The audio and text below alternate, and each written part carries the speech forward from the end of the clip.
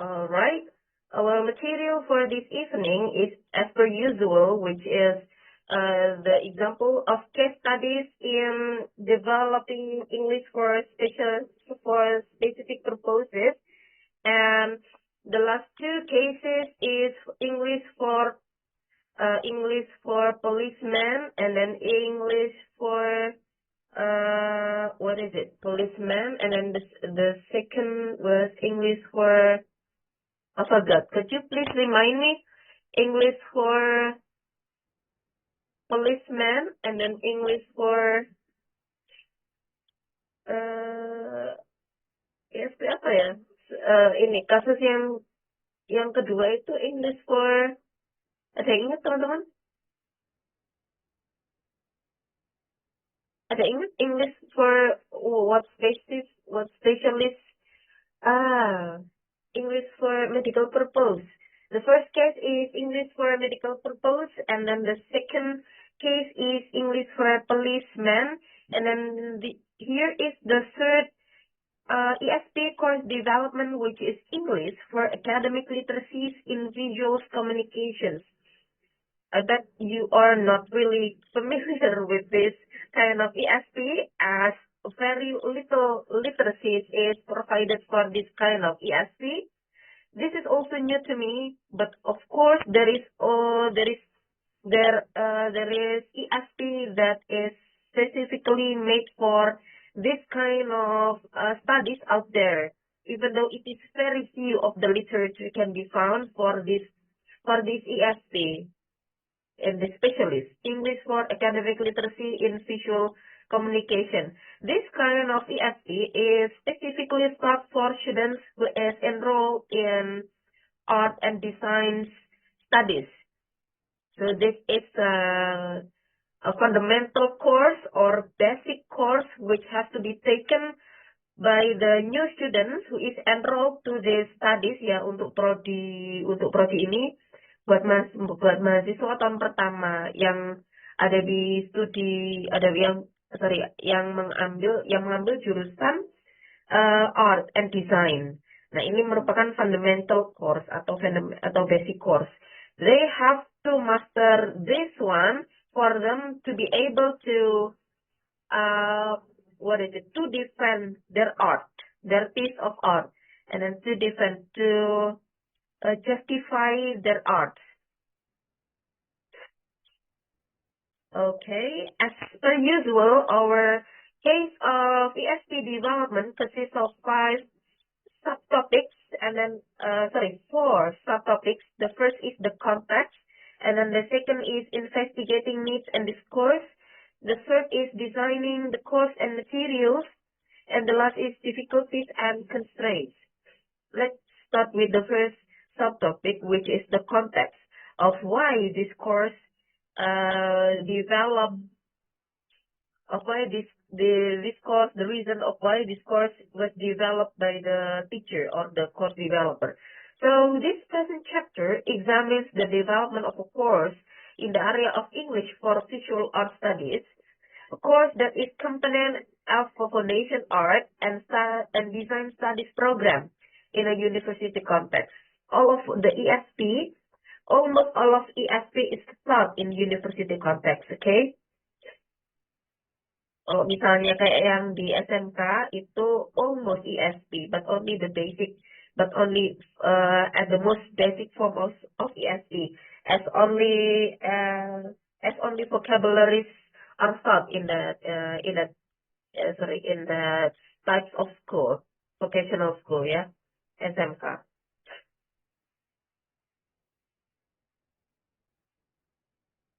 Chapter 1, context. This course is pre-experience course, and the students in this course were new to art and design studies. As I have told you before, that this is a fundamental course or basic course which has to be taken by the first year of students that is enrolled in art studies, art and design studies, okay? Bahkan belum di semester pertama, tapi ini menjadi kayak semacam program matrikulasi gitu teman-teman ya. Program matrikulasi atau penyetaraan yang harus ditempuh bagi mahasiswa internasional, khususnya mahasiswa internasional. Semua jurusan yang ada di luar sana, teman-teman, which is taken by international students, have certificate program atau program matrikulasi atau penyetaraan. Most of certificate program atau program matrikulasi itu tadi focus on English language. Tapi khusus untuk program certificate programs in this major atau in this studies, not only the language but also the art theory. So this course combine the language skills, also the art theories. Jadi nggak hanya fokus di bahasanya aja, tapi juga bahasa di art theories-nya, teman-teman. Karena apa namanya, nanti ada ceritanya di sini, di konteks ya, kenapa sih dikombinasikan antara language skills and also the disciplinary knowledge atau art theory-nya nanti. Ya, diambilnya termasuk pre-experience course. The students in this course were new to art and design studies, ya, buat anak maba gitu ya. Mereka very little knowledge about art and also design. Thus, they had limited disciplinary knowledge. Masih sedikit pengetahuannya, and were relatively unfamiliar with the genre, especially the written genre that were important for their studies. Ya, namanya juga anak baru, teman-temannya, they have limited disciplinary knowledge and unfamiliar with the genre, especially written genre that were important for their studies. Why written genre is important for their studies? Because they have to defend their work art. They have to justify their work art. That's why it is more important for them to master written skills. The pre-experience ESD course described in this chapter set out to provide disciplinary content as well as language content. So it is not separated ya, between the disciplinary content atau tentang ininya, tentang materinya, tentang art theory with the language content. They are introduced together in one package. The teacher or course developer, which is also the course developer in this case, was himself a subject specialist. So this ESP case is totally different with two previous case, which has been introduced in the last 2 weeks, as the teacher or course developer in the previous case is not subject specialist. They are language specialists.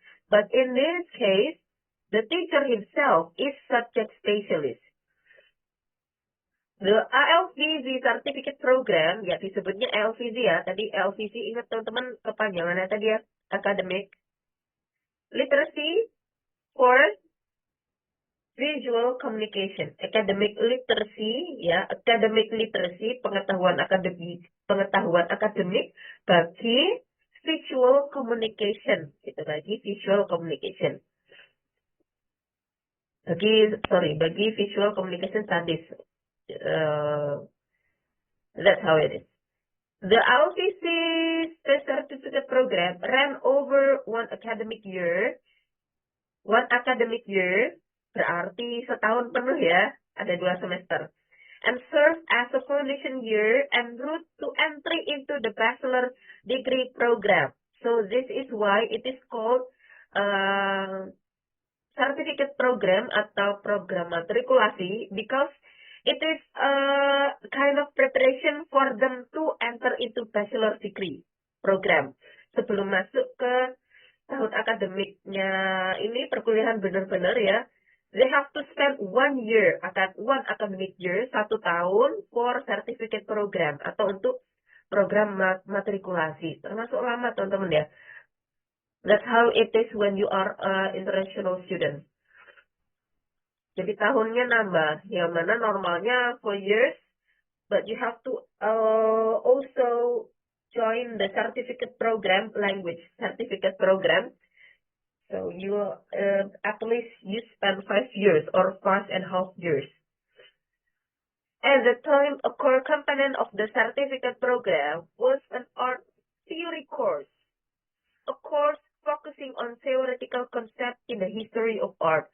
Nah, itu sebelumnya teman-teman ya, LVC, before it was developed by this teacher, the certificate program only teach theory course, art theory course, without explaining about the language, about the English language.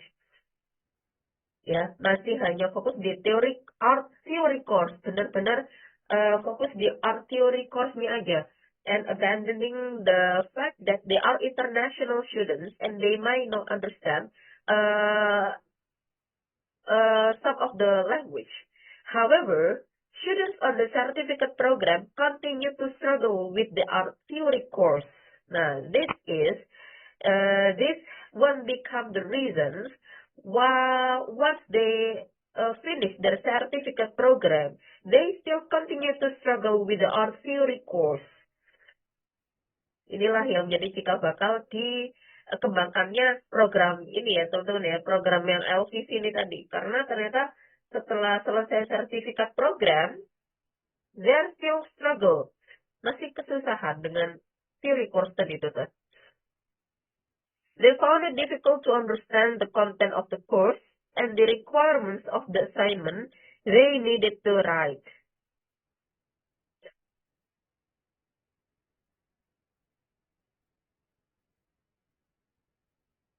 Due to these problems, the teacher therefore redeveloped the LPC course.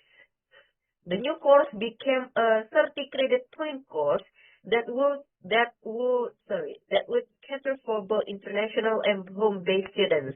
Before the new LPC course yang sekarang ini, only the international students that has to take the certificate program.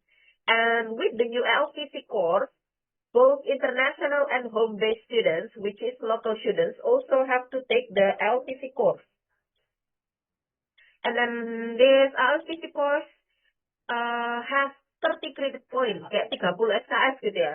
30 SKS. Ya, normalnya teman-teman satu semester itu 24 SKS ya, atau 20 sampai 18 sampai 24 SKS maksimal.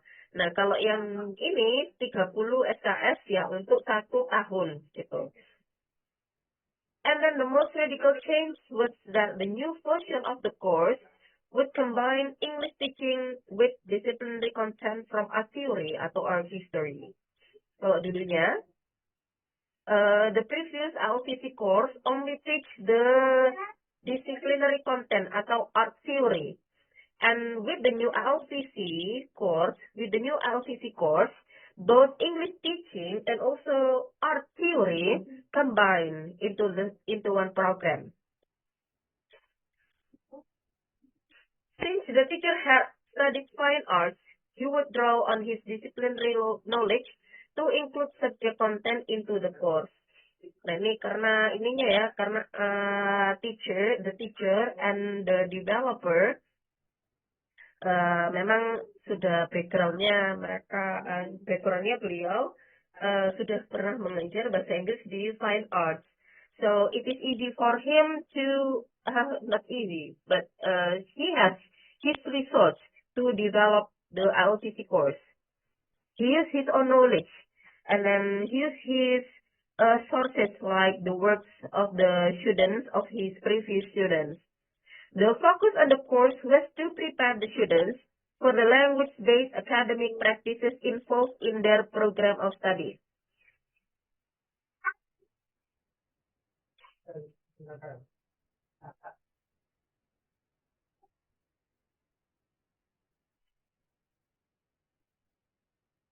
Subtopic number 2, investigating needs and discourse.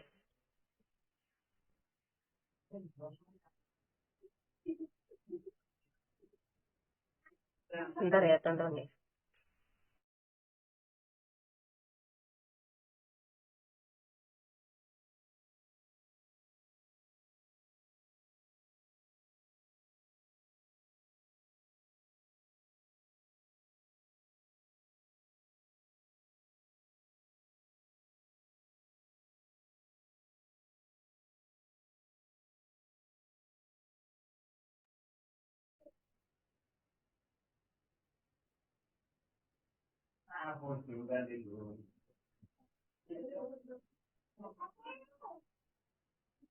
Okay, and then the second subtopic is investigating the needs and the scores.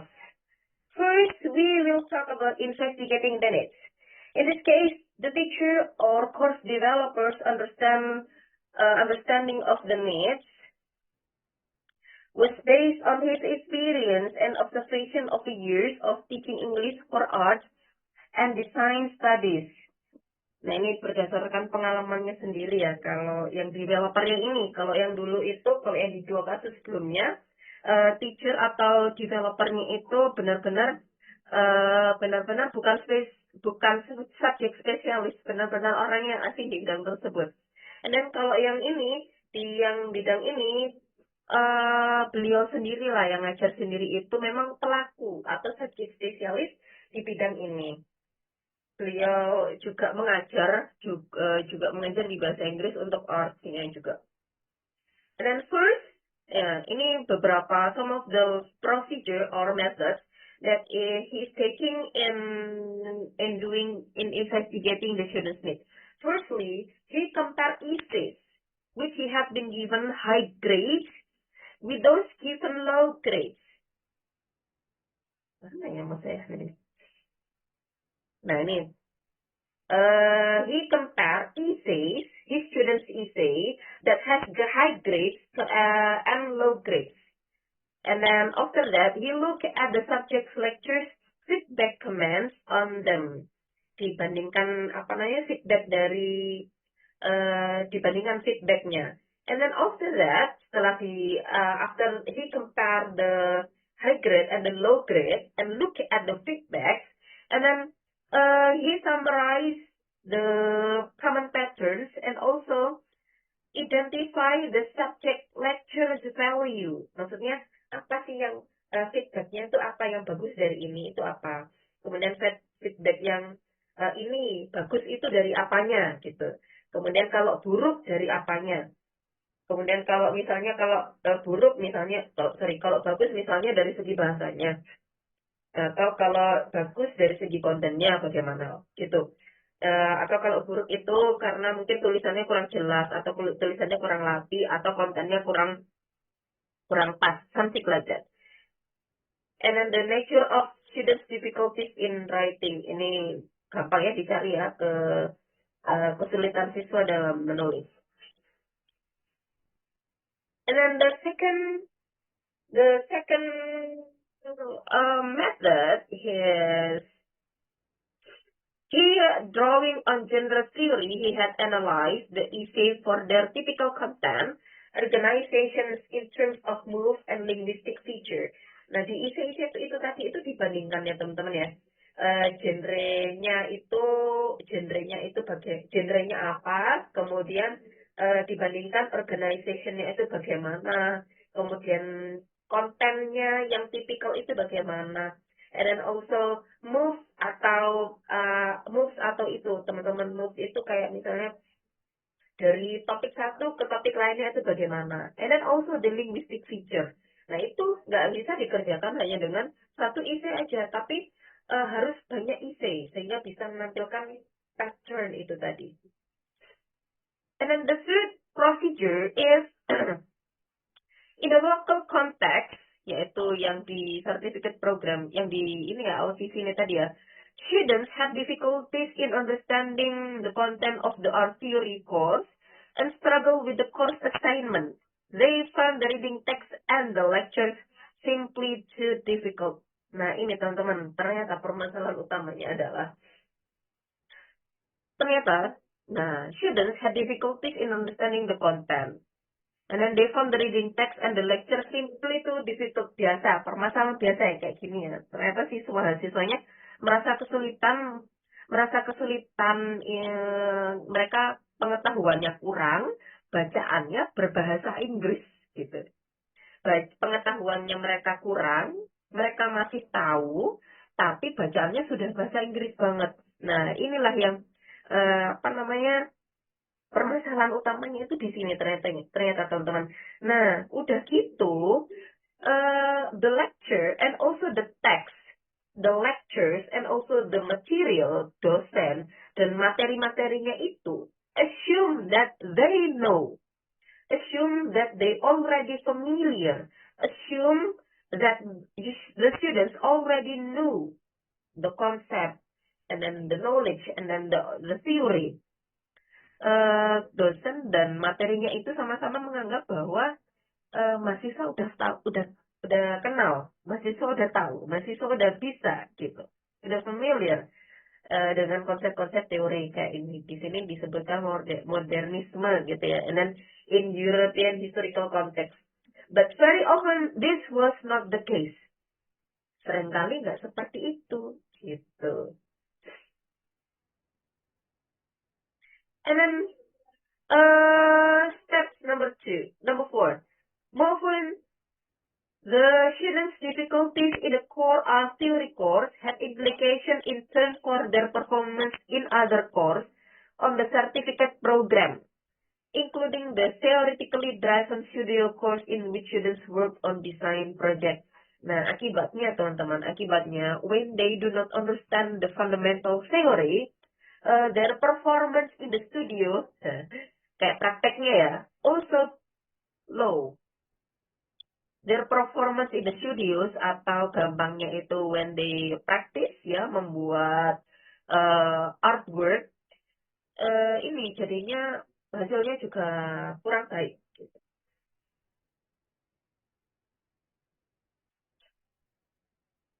Okay, next, investigating discourse. Yang tadi investigating needs, and then now investigating discourse, atau bahasanya ya, kebutuhan dari segi linguistiknya. At the time, research into discourse of visual art as discipline had been very limited. Sampai sekarang pun juga masih limited. Cuman mungkin lebih sedikit berkembang gitu aja. The teacher therefore conducted his own investigations and drew on his previous work examining academic discourse and communication in visual arts. Nah, jadi karena he himself is practicing in this field, he conduct his own investigations. Dari apa? Dari essay siswa-siswanya tadi itu. The teacher investigated discourse through what he referred to as both subject and language perspective. Nah, menginvestigasinya pakai dua cara, tapi jadi satu, yaitu menggunakan subject dan language perspective. Nah, kalau subjek itu berkaitan dengan materi, berkaitan dengan bidang spesialisnya. Kalau ini bidang spesialnya visual art, berarti he investigate about the discourse about about visual art, and then also the language perspective, which is language atau linguistic feature that is commonly used in this subject. Gitu. Nah, ini kalau di sini dibilangnya, he examined text in visual art, focusing on what was written about, the aims of writing, how language was used, and the type of perspective value within this academic discipline. Gitu ya.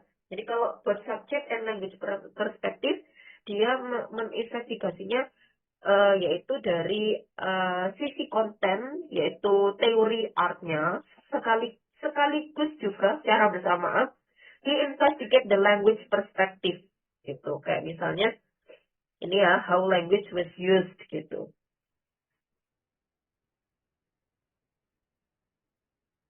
And then one focus of this investigation was on how writers in visual art discuss the interaction between theory and practice.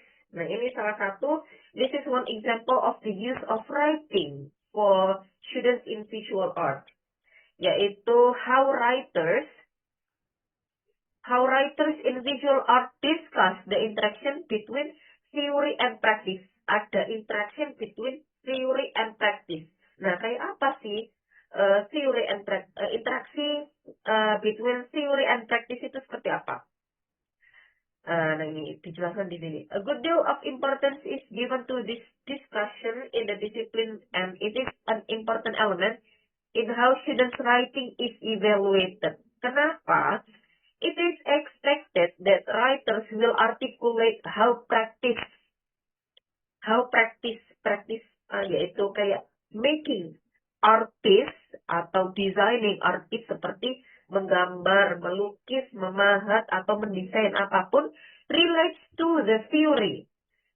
Hubungannya dengan teori yang mereka gunakan itu apa? Something like that. Nah, ini maksudnya adalah interaction between theory and practice itu kayak gini. When they practice making art piece, they have to explain the connection of the theory and with their artist.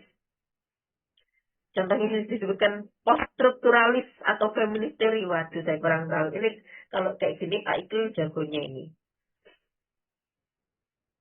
In the case of an existing work of art, theory is often used to explain features of the work. Atau yang disebut praktis itu tadi ya, yaitu apa namanya, karya mereka. And in the case of students' own artwork, theory is often called on to justify features. Nah, ini teman-teman, pentingnya mereka menulis, pentingnya mereka bisa menulis in English language is that they have to explain the features of the work, whoever that works belong to. Entah itu their own work atau their own art, piece of art, karyanya mereka sendiri atau karyanya orang lain gitu ya. Dan khususnya karyanya mereka sendiri and justify the features of their own work. Yaitu kalau justify features itu kayak misalnya, ini kenapa kalau orang memahat, ya kalau mereka memahat, ini kenapa kok tangannya kayak gini, ini kenapa kok bentuk hidungnya kayak gini, ini kenapa kok bentuknya gini. Nah, they have to be able to justify why it is like that, gitu ya. And then number 3, designing the course material, subtopic number 3.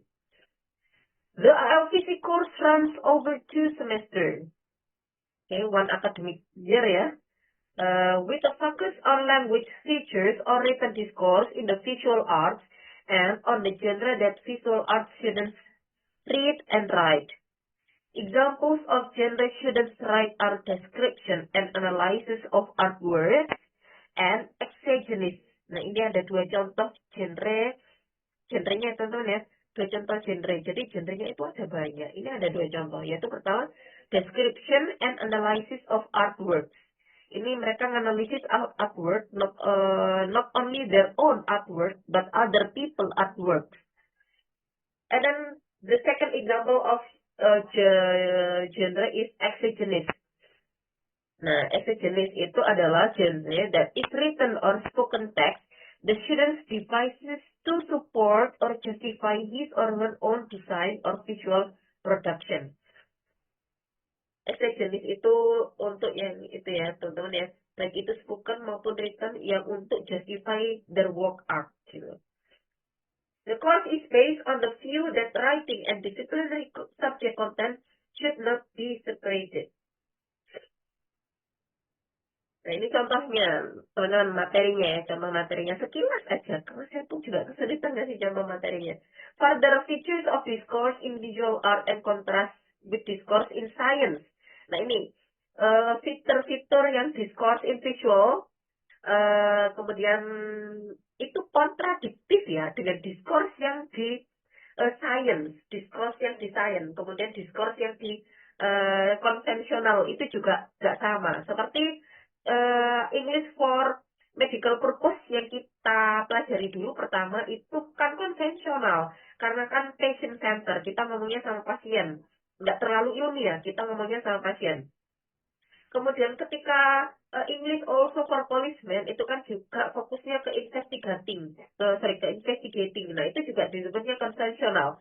Nah kalau di science itu sangat science bahasanya. Nah ini kalau ini berbeda lagi, malahan berbeda lagi. Discourse in visual art and science itu sangat kontradiktif. Pertama, it is poetic, imaginative, and playful modes of writing.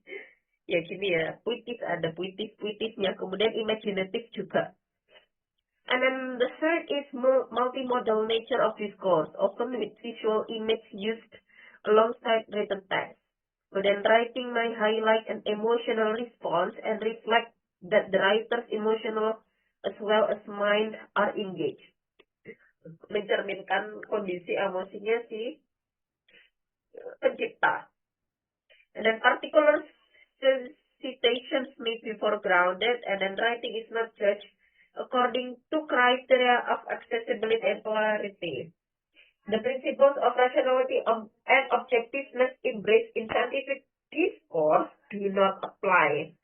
Jadi nggak ada yang namanya rationality and objectiveness ya di art, tulisan tentang art. And then number 4, responding to difficulties and constraints. Only one, developing the LPC course was time-consuming. A major cause of this was the need to develop description of this course for the course. Description of this course in visual art are relatively few and far between. Karena literasi atau sumber ya dari untuk seni ya, English for Arts itu sangat sedikit. Nah, jadi beliau mengembangkan sendiri, and it is very time consuming. Okay, that's all the material for this for tonight. Any question you would like to ask? Any question, guys? Can ditanyakan, teman-teman? We will have one more. Perhaps we will have one more ESP development case, which is focused on English for thesis writing, which is also developed in university context. This is very interesting because I think we are rather familiar with the context rather than the previous material, since it is policemen and then medical purposes, and then this one is for visual communication. Any question you would like to ask?